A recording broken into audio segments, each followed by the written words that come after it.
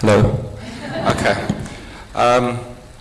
Firstly, just like, well, as Malcolm mentioned, I matriculated in 2007, and before the prize giving I realized that means that no student sitting here was in high school when I matriculated, which is very scary for me to think. Luckily there are some familiar staff members here, so I don't feel completely out of place. But it's quite strange for me to think that long has gone by. What is nice to know is that some things haven't changed. We still forget whether to say Leon's or Lion's soil in the opening hymn, and we always say resource twice in the third verse. So one day we'll get that right, guys. But so I'd just like to say thank you for letting me speak to you today. I am incredibly nervous, but we'll see how it goes. Obviously, I'd like to welcome the parents who have joined to celebrate your son's achievements and the students who are winning prizes tonight. Obviously, I feel that academic achievement is very, very important, and you should take great pride in what you've achieved. And now I should probably get to my speech before I mess anything up specifically. So like I said, I've always been a firm believer in the celebration of academic achievement and the prioritization of academic achievement, that it is really something that is extremely important and should be celebrated. Specifically the prize winners tonight, the effort that you put into your work will serve you well in years to come, and this applies to all students. In today's world, you cannot underestimate the necessity of hard work and perseverance. When I was in high school, a story that people always used to tell, and this was primarily in matric in grade 11 when we were applying for universities, people always used to tell how Bill Gates dropped out of Harvard before finishing his degree and went on to be one of the richest men in the world. I.e., if Bill Gates did it, obviously university is not that important, we'll manage. What people tend not to mention is that Bill Gates used to take a bus to the nearby university every night when he was in high school and program on their computer systems, illegally, but let's ignore that part, between 3 a.m. and 6 a.m. every morning, and got home before his mother came to wake him up for school. 3 hours every morning. By the time he dropped out of Harvard, he had been programming for 7 years, double the length of the degree he would have taken. He made the right choice for himself because he had put the hard work in when it mattered. Bill Gates didn't have immense talent that made hard work irrelevant. He realized that hard work is a talent. Being able to recognize how important hard work is a talent. And I did have to work very hard in high school. Obviously, I take immense pride in my St. David's education. I was here since grade 0, so I don't really have a choice. But I am extremely proud to be an old boy at St. David's, and I'm extremely proud that I get to speak before you today. And my experiences after high school have continued to demonstrate the quality of the education that St. David's offers, and the immense benefits available to those of you who will seize the opportunity and work hard at your studies. When I began my first year at university in the Bachelor of Accounting Science at Wits, there were 9 St. David's students in that class, out of 500 first-year students. So 9 out of 500, you can do the maths how small that number was of St. David's students. When we finished 4th year, 4 of those 9 students were in the top 20 of the year. So this is not a single person achieving beyond high school. This is consistent achievement by St. David's pupils of every year in everything that they have done. Take advantage of that.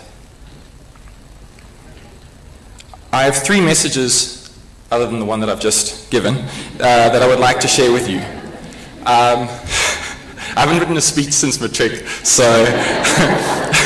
I realize that it might be a little bit disjointed. Firstly, I'd like to remind you that a lot of your formal education will occur in high school, and for many of you, university or college. But this does not mean that your learning is confined to these periods of time. Remember that you need to keep a philosophy of lifelong learning with you. There is so much to learn and appreciate and understand in this world that we will never stop learning. And if we close our minds to that, we are losing out on much that life has to offer. As an example of that, obviously I studied accounting, and after 4 years, you've pretty much covered a lot of what can be known about accounting. But now, sitting a year and a bit after having graduated, a lot of my knowledge is obsolete. If I don't continue pursuing knowledge and learning, you fall behind very quickly. So what we should be getting out of formal education, out of high school and going beyond that, is learning how to learn, how to think critically and to evaluate the information that you are presented with skeptically and maturely, not blindly and naively. Malcolm asked me to share some stories of high school, and I realized that all my stories have to do with maths class for some reason, but that's not deliberate. When I was in matric, my maths class's favorite question to ask our teacher every time we started a new section was, why do we have to learn this? We'll never use this. It seems so pointless. Why are we learning this? And they were all so wrong. Because what we were learning was not trigonometry or geometry or linear programming, which I hated. What we were learning was how to think logically and methodically, how to break down a situation and build it back up again, how to simplify even the most complex of problems. The same can be said about all the subjects you will be exposed to at school. And such skills will serve you well in your careers and in your lives. Not the specifics of what you learn, but what you gain from learning them. Remember, it is vital that at school you develop the ability to open your mind to new ideas, to accept the challenge of learning something that you don't understand at first, and to make use of what you have learned in bettering yourselves and others. The students we celebrate tonight understand this and understand the benefits that will be realized in years to come. The second point I'd like to make is that academic success comes in many forms.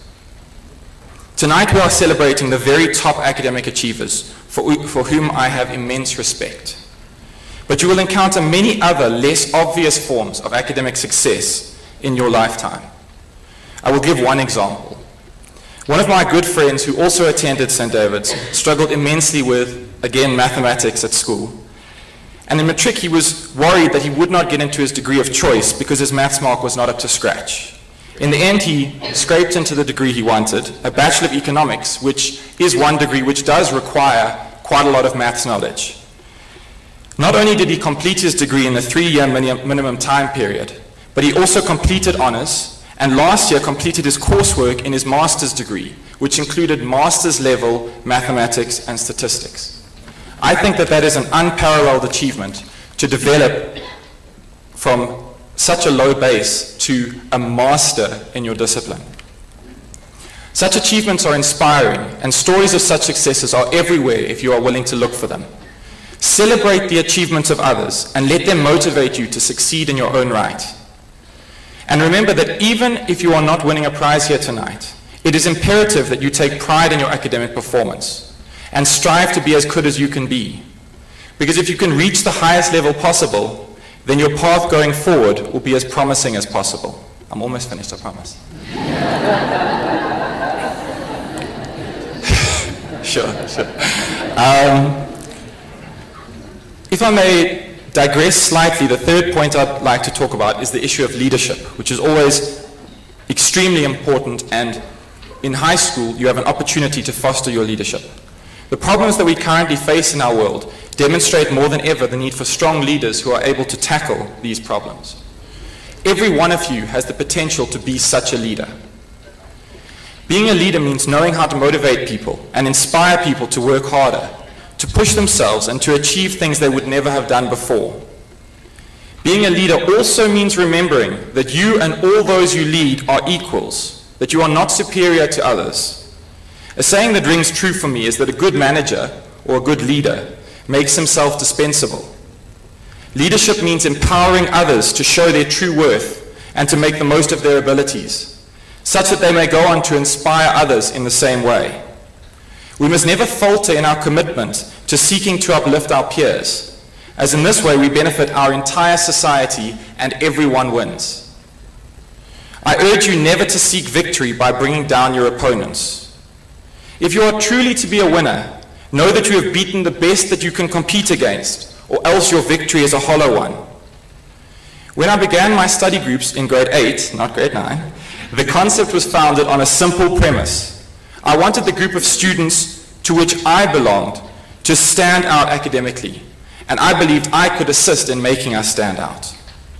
If your competition is as strong as it can be, you automatically become stronger and better equipped for the situation. And even if you don't succeed, everyone, including yourself, ends up better off. We would do well to remember our responsibility to every other person and never allow our desire for victory to overthrow that.